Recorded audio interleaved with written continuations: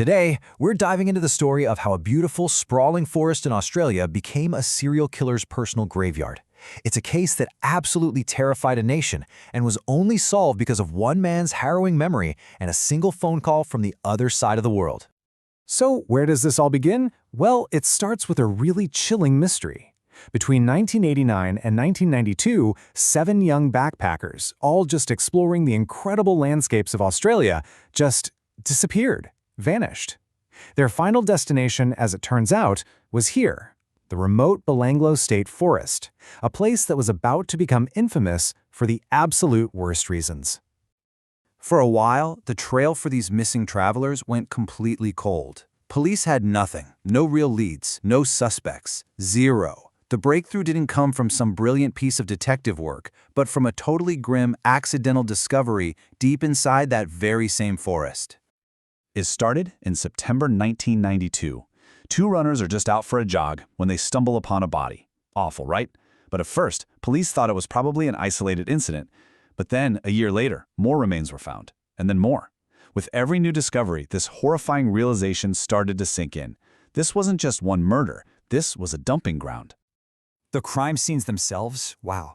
They revealed a level of cruelty that is just shocking. This wasn't just about killing someone, this was about torture. Victims had been stabbed, shot, and beaten. One, Anja Havshide, was even decapitated.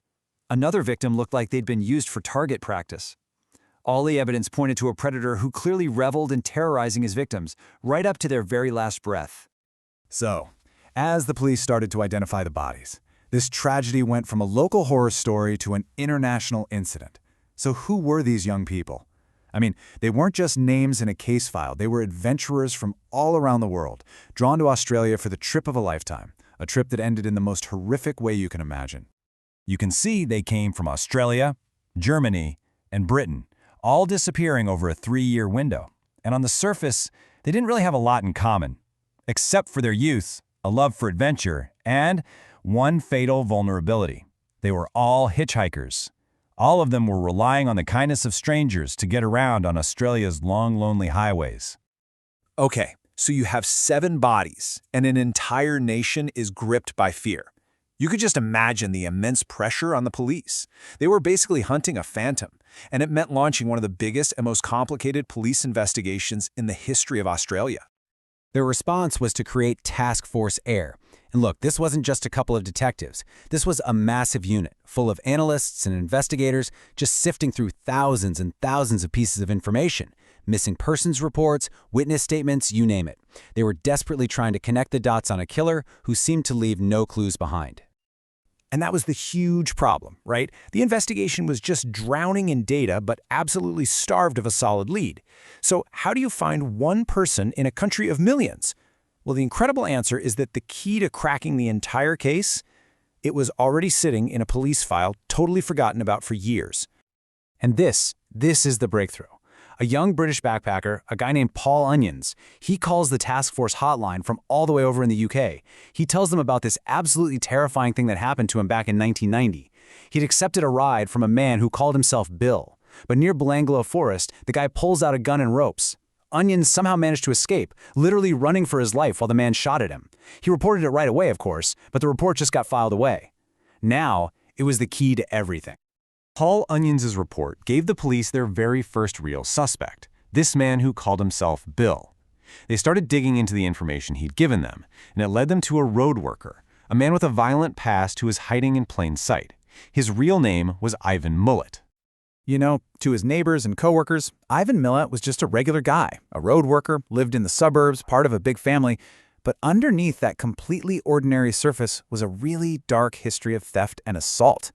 And the most chilling part? He'd actually been accused of abducting and raping 2 hitchhikers way back in 1971. But somehow, he beat the charges. This guy wasn't just hiding, he was a monster wearing a perfectly mundane disguise. So, on May 22, 1994, police raid Milat's home, and what they found inside was the final nail in his coffin. It was basically a murderer's treasure chest, weapons that matched the ones used in the attacks, and even worse, personal belongings from the victims. A camera, camping gear, clothing. He had kept trophies. This was it, the undeniable physical proof linking him directly to the murders. With Milat finally in custody and all this overwhelming evidence, the hunt was over. The case moved to the courts. But even with a conviction on the horizon, the story and the questions were far from finished. The trial was an absolute marathon. 18 weeks! The jury had to listen to all the harrowing details of the murders, plus Paul Onions' terrifying story of escape. And finally, on July 27, 1996, the verdict was in. Ivan Milat was found guilty on all 7 counts of murder. The sentence was absolute. He was going to spend the rest of his life in prison, with zero chance of ever getting out. In the eyes of the law, justice had finally been served. But Milat's time in prison was just marked by this constant defiance. He tried to escape. He even cut off his own little finger in some kind of protest to force an appeal. He maintained his innocence right to the very end, dying of cancer in 2019.